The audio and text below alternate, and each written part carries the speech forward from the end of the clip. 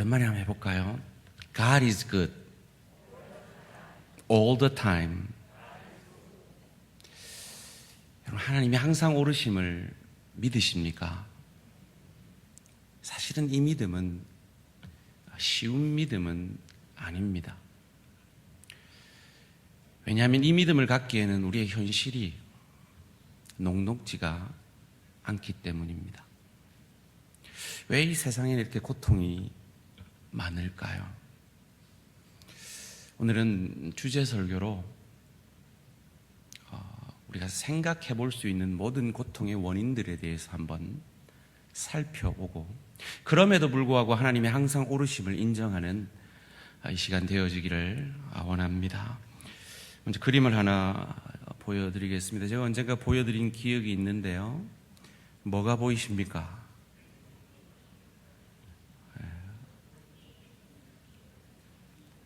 자, 손을 한번 들어 표해 주십시오. 오리가 보인다. 내리시고. 토끼가 보인다. 내리시고. 나는 아무것도 안 보인다. 이 그림은 그 유명한 오리 토끼라는 제목의 그림입니다. 관점을 달리하면 오리가 토끼로 보일 수 있다라는 것입니다. 여러분, 이 세상에 일어나는 모든 일들에는 원인이 있습니다. 그리고 그 원인에 대한 우리가 이해가 부족할 때, 하나님이 살아계신데 어떻게 세상이 이렇지라고 말하기가 쉽습니다. 이 세상에 일어나는 모든 원인에는 궁극적 원인과 직접적 원인이 있음을 우리는 알아야 합니다. 그렇습니다. 하나님이 이 땅의 주관자시기 때문에 이 땅의 모든 것은 하나님이 궁극적 원인이십니다. 그러나 하나님은 우리 인간에게, 하나님을 가장 닮은 인간에게 하나님이 최고의 선물을 주셨는데, 그건 자유의지를 주셨어요. 그래서 자유의지를 통해 결정할 수 있는 그런 자유를 주셨고, 그리고 그것을 결정한 내가 직접적 원인이 되는 것입니다. 여러분, 오늘 몇 시에 일어나셨습니까? 속으로 답하고 계시죠? 그 시간에 여러분이 왜 일어나셨습니까? 하나님이 여러분을 일어나게 했습니까? 여러분이 일어나고 싶어서 일어났습니까? 모르겠습니까? 자, 여러분, 지금 여러분 배우자가 누구십니까? 그 남자랑 그 여자랑 왜 결혼하셨습니까? 하나님이 하랬습니까? 내가 선택했습니까? 모르겠습니까? 우리가 선택한 그 선택에는 두 가지가 있습니다. 궁극적 원인이 있고 직접적 원인이 있습니다. 하나님이 그 여자를 만나게 하셨고, 그 여자와 사랑에 빠지게 하셨고, 그 여자와 결혼할 수 있는 여건으로 인도하셨기 때문에 하나님이 궁극적 원인이십니다. 그런데 하나님이 저를 억지로 시키지 않았어요. 제게 저 여자와 살도록, 결혼하도록 선택하게 하셨어요. 그것을 직접적 원인이라고 합니다. 여러분, 오늘 하루 동안 살면서도 여러 가지 행동들을 하셨을 겁니다. 그 행동들을 하면서 하나님 허락받고 하셨나요? 아니잖아요. 그러면 직접적 원인은 여러분인 것입니다. 예수 십자가의 죽음을 한번 생각해 봅시다. 하나님이 죽게 하셨나요? 빌라도가 죽였나요? 하나님이 궁극적으로 허락하셨고 뜻하셨기 때문에 궁극적 원인은 하나님이십니다. 그런데 빌라도가 판결을 내렸기 때문에 그 직접적 원인은 빌라도인 것입니다. 하나님이 궁극적 원인이심을 오늘 우리가 읽은 마태복음 10장 29절이 이렇게 말하고 있죠. 참새 두 마리가 한 아사리온에 팔리지 않느냐. 그러나 너희 아버지께서 허락하지 아니하시면 그 하나도 땅에 떨어지지 아니하리라. 모든 일의 궁극적 원인은 하나님이심을 오늘 본문은 가르쳐 줍니다. 그런데 이 땅에서 우리가 경험하는 여러 가지 삶의 원인들, 특별히 고통의 원인들에는 참 다양한 직접적 요소들이, 원인들이 있음을 성경도 우리에게 가르쳐 줍니다. 누가복음 13장 3절에서 이렇게 말하죠. 또 실로암에서 망대가 무너져 치어 죽은 18사람이 예루살렘에 거한 다른 모든 사람보다 죄가 더 있는 줄 아느냐. 우리는 흔히들 어떤 특별한 고난을 당한, 어떤 사고를 만난 그 사람들에 대해서 우리는 흔히 가지게 되는 생각이, 저 사람 뭐 잘못했지, 하나님 앞에 뭘 범죄했지라는 생각을 가지게 됩니다. 그런데 모든 사고에 그런 직접적인 원인이 있는 것이 아니라는 거죠. 반드시 인과응보의 원칙으로 직접적 원인이 이루어지는 것이 아니라는 겁니다. 또 요한복음 9장 22절 3절도 우리에게 그것을 가르쳐 줍니다. 제자들이 물어 이르되 랍비여, 이 사람이 맹인으로 난 것이 누구의 죄로 인함이니까? 자기니까 그의 부모니까? 예수께서 대답하시되 이 사람이나 그 부모의 죄로 인한 것이 아니라 그에게서 하나님이 하시는 일을 나타내고자 하심이라. 반드시 죄의 징벌만 있는 것이 아니라 하나님의 섭리적 간섭하심이 있을 수 있다라는 것을 우리에게 가르쳐 줍니다. 그러면 오늘 우리의 현실에서 나의 고통의 원인은 뭘까요? 그 고통의 원인을 8가지 정도로 살펴봄으로써 나 자신을 반성하고, 그리고 이 고통 가운데 우리가 가지고 있는 특권이 무엇인지를 함께 생각해 보기를 원합니다. 첫 번째로, 하나님이 내리시는 직접적 징벌적 차원의 역사가 분명히 있다라고 성경은 우리에게 가르쳐 줍니다. 대표적인 것이 오늘 우리가 오전에 생각해 본 요나가 맞은 풍랑이었죠. 다윗의 살인죄와 간음죄를 통해서 다윗의 집안에는 아들이 죽고 강간과 살인이 끊기지 않는 그런 하나님의 징벌을 받게 됩니다. 그렇습니다. 우리 인생에는 하나님이 분명히 징벌적 차원에서 간섭하시는 고통이 있습니다. 그 고통에 대해서는 우리가 어떻게 해야 할까요? 회개해야죠. 그 회개를 통해 그 고통조차도 기피의 축복으로 만들어 내어야죠. 그런데 기피의 축복은 그냥 되는 것이 아닙니다. 반드시 그 고통을 통해 회개의 열매를 만들어 낼 때입니다. 저와 여러분의 삶 가운데 내 죄 때문에 겪고 있는 직접적 고통이 있다면 회개하심으로 그 고통조차도 기피의 축복으로 만들어내시는 하나님의 선하심을 경험하는 저와 우리 모든 성도님들 되시기를 주님의 이름으로 축원합니다. 두 번째로, 하나님께로서부터 온 고통이지만 징벌이 아니라 섭리적 차원에서 오는 고통도 있다는 겁니다. 분명히 하나님이 주신 고통입니다. 그런데 내가 뭘 잘못해서가 아니라 하나님께서 나를 통해서 일하시고 계신 것이죠. 나를 준비시키고 계신 것입니다. 그래서 여러분, 주변에 우리 지체들 가운데 어려움을 당한 지체들이 있으면 절대로 마음으로도 그렇고 특별히 입으로 그렇고 저 뭘 잘못해서 그럴까? 그 말은 절대로 하지 마시기를 주님의 이름으로 축원합니다. 요셉의 고난이 그랬습니다. 요셉은 좀 철딱서니가 없었지? 그런 고통을 받을 만큼 범죄한 것이 아니었습니다. 그런데 요셉을 준비시켜서 이스라엘을 구원하시고 온 인류를 구원하시기 위해 섭리적 차원에서 요셉을 그 고통 속으로 인도하신 것입니다. 모세의 광야 40년도 그렇습니다. 그가 비록 살인죄를 범하였지만 그 살인죄 자체보다는 40년 동안 광야 생활을 함으로 그가 이끌어내어야 될 이스라엘 백성들의 40년의 광야 생활을 리더로서 직접 체험하고 준비하게 하시는 하나님의 계획과 섭리가 있으셨다 하는 것입니다. 하나님이 우리를 잘 준비시키기 위해 우리에게 고통을 때로 허락하실 수도 있다라는 말입니다. 이런 고통에 대해서는 우리가 어떻게 반응해야 될까요? 인내해야 합니다. 견뎌내셔야 합니다. 그 자리를 지켜내셔야 합니다. 그리고 빚어지셔야 합니다. 세 번째로, 사탄이 주는 고통도 있습니다. 누가복음 13장 11절 말씀입니다. 18해 동안이나 귀신 들려 앓으며 꼬부라져 조금도 펴지 못하는 한 여자가 있더라. 이 사탄이 주는 고통에 대해서는 우리가 그것을 알게 되면 어떻게 해야 될까요? 예수 그리스도의 이름으로 대적해야 합니다. 물리쳐야 합니다. 혹 우리 가운데 그런 사탄이 주는 고통을 겪는 지체가 있다면 그리스도 예수의 이름으로 대적하며 물리치는 저와 우리 모든 성도님들 되시기를 주님의 이름으로 축원합니다. 네 번째로, 악한 사람 때문에 고통을 당할 수도 있습니다.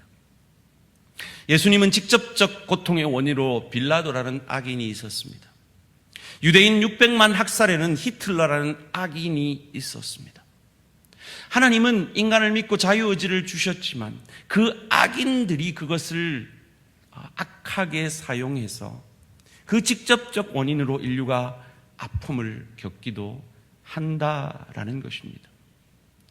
그런 일에 있어서 하나님이 왜 간섭하지 않으셨습니까? 라고 말하는 건 이렇게 말하는 겁니다. 하나님 왜 우리 인간을 로봇으로 지었지 않으셨나요? 라고 말하는 것입니다. 우리를 로봇으로 지으셨다면 우리가 그 반문을 하나님 앞에 하지도 않았겠죠. 그런데 하나님은 우리를 인격적으로 대우하셔서 우리에게 자유의지를 허락하셨다는 것입니다. 그 위험성을 알면서도 말이죠. 다섯 번째로, 사람의 실수와 부주의함 때문에 오는 고통도 있습니다. 우리가 방금 읽었던 실로암 망대의 부실 공사가 그것입니다.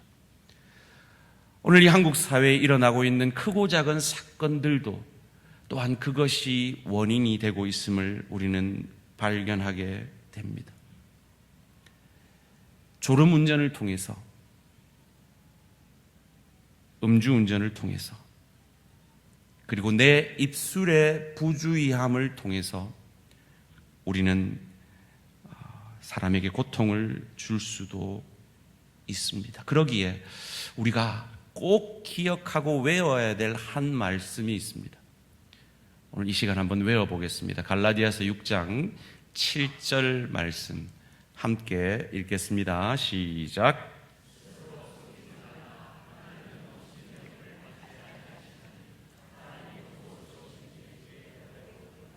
외워볼까요? 시작.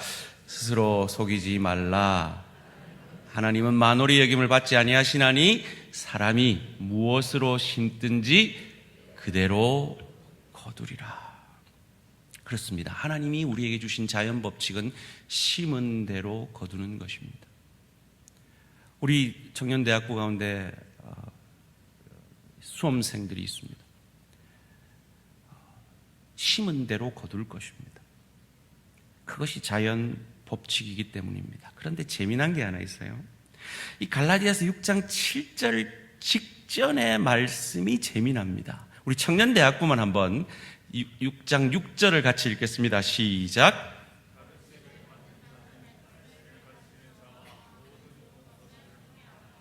여러분, 심은 대로 거둔다는 걸 말하기 전에 왜 가르침을 받는 자는 말씀을 가르치는 자와 모든 좋은 것을 함께 하라 그럴까요?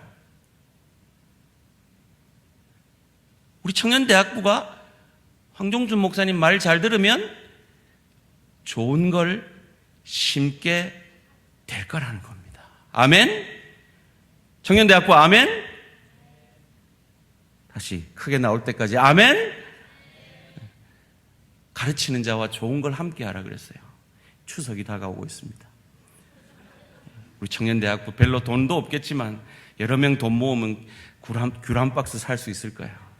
황종수 목사님은 1층에 살고 계십니다. 함께 하십시오. 그리고 마음을 쓰십시오. 가르치는 자와 함께 마음을 쓰면 그분의 말씀이 답니다. 그래서 여러분이 좋은 것을 심게 될 것입니다. 여섯 번째로, 사회 구조적 악으로 인한 고통도 있습니다. 그것이 역사적으로 노예제도가 그러했습니다. 이 한국 사회는 학벌 위주라는 이 구조악이 오늘 고3을 말려 죽이고 있습니다. 이 한국 사회에 만연한 물질 만능주의가 소위 말해서 흑수저, 금수저라는 말을 만들어내고 엄친아라는 말을 만들어내면서 그러지 못한 사람들에게 주눅이 들게 하고 심지어 자기의 생명을 스스로 끊게 하는 그런 사회 악으로 존재하고 있다라는 것입니다. 일곱 번째로, 자연재해로 인한 고통도 우리에게 있습니다. 창조 질서를 훼손했기 때문이죠. 인간의 욕심 때문에 아마존이 사라져가고 있고, 그로 말미암아 이상기후가 일어나고, 탄소 때문에 이 지구가 지금 역사상 가장 뜨거운 여름을 맞으면서 수많은 사람들이 죽어가고 있습니다. 이쯤에 이 자연재해 뒤에는 우리 인간의 탐욕이 숨어 있겠죠. 우리가 어떻게 해야 될까요? 종량제를 잘 실천해야겠습니다. 여덟 번째로, 마지막입니다. 우리의 고통 가운데 애매한 고통도 있습니다. 너무나 그 원인이 복합적이어서 그 원인을 알 수 없는 애매한 고통도 우리에게 있습니다. 그러기에 주변에 고통당하는 내 지체에게 함부로 그 고통의 원인을 이야기하셔서는 안 됩니다. 그러나 나와 하나님과의 관계 속에서는 그것이 드러나야 합니다. 회개해야 될 일이 있으면 회개해야 됩니다. 인내해야 될 일이 있으면 인내해야 됩니다. 그 원인을 밝혀내어야 합니다. 슬프게도 이 고통에 우리 믿는 자들이 예외였으면 좋겠는데 예외가 아니라는 겁니다. 요한복음 11장 3절 말씀입니다. 이에 그 누이들이 예수께 사람을 보내어 이르되 주여 보시옵소서, 사랑하시는 자가 병들었나이다 하니, 예수님이 사랑하시는 그도 병들어 눕는다는 겁니다. 여러분, 한국인이 왜 위암에 세계에서 제일 많이 걸리는지 아십니까?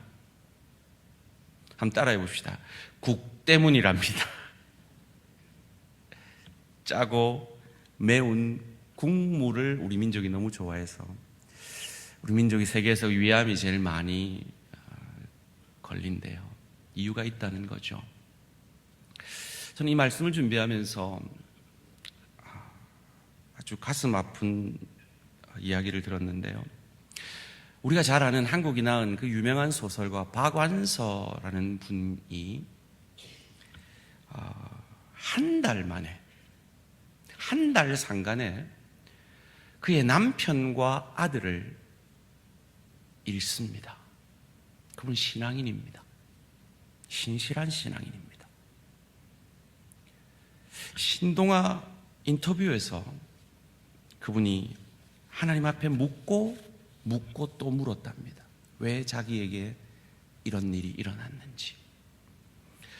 그분이 살아생전 처음으로 하나님의 음성을 그 기도를 통해 듣게 됩니다. 그 음성은 이것이었습니다. 너는 어째서 그런 일이 너에게만은 일어나지 않아야 한다고 생각하느냐? 다른 사람에게는 일어나는데 왜 내게는 일어나지 말아야 한다고 생각하느냐?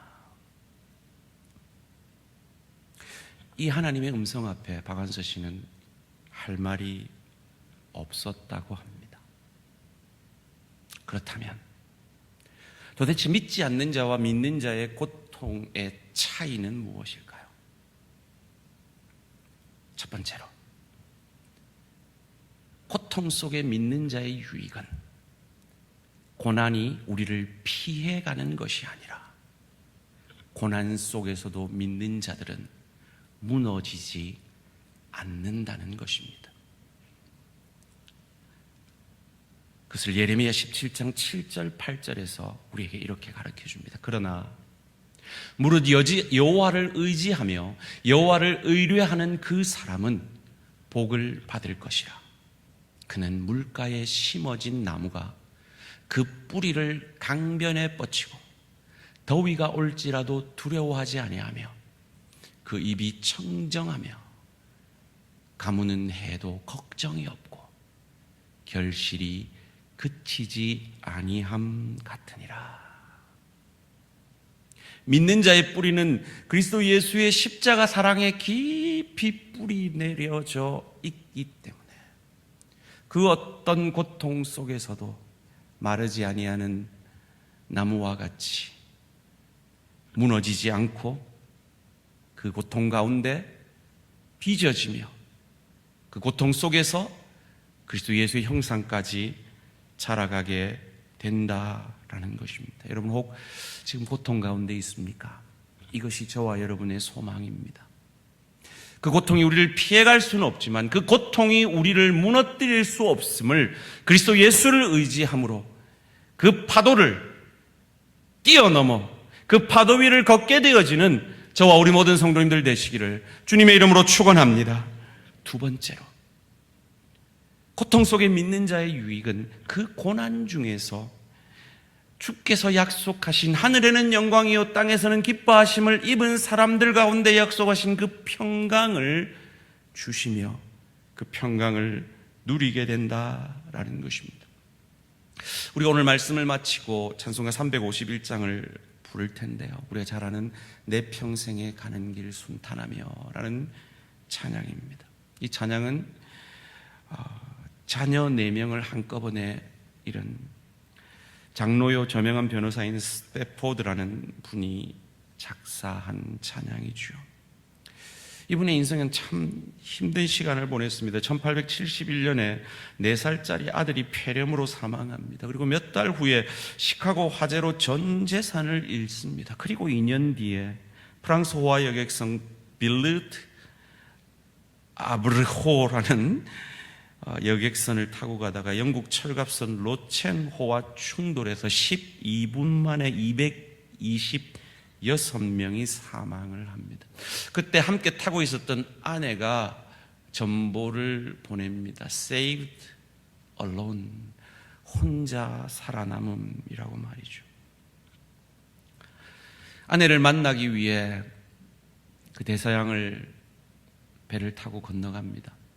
그리고 그 4딸이 수장되어 있는 그 바다를 지날 때 그는 말할 수 없는 슬픔을, 그 고통을 경험하게 됩니다.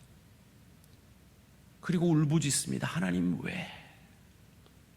한참을 하나님 앞에 울부짖을 때 자기가 한 번도 경험해 본 적이 없는 세상에 이런 평안이 있나 하는 그 평안이 그의 마음을 감쌉니다. 그리고 그 평안을 영감으로 쓴 찬양이 내 평생에 가는 길 순탄하며 라는 찬양입니다. 여러분, 어떤 고난 가운데 계십니까?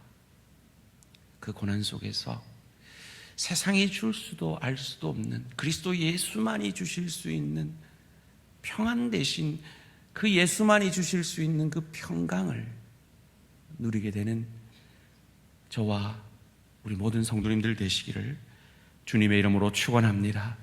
세 번째로, 고통 속에 믿는 자의 유익은 합력하여 선을 이루고 악을 선으로 바꾸어 주시는 하나님의 역사를 경험하게 됩니다. 로마서 8장 28절을 함께 외우겠습니다. 시작.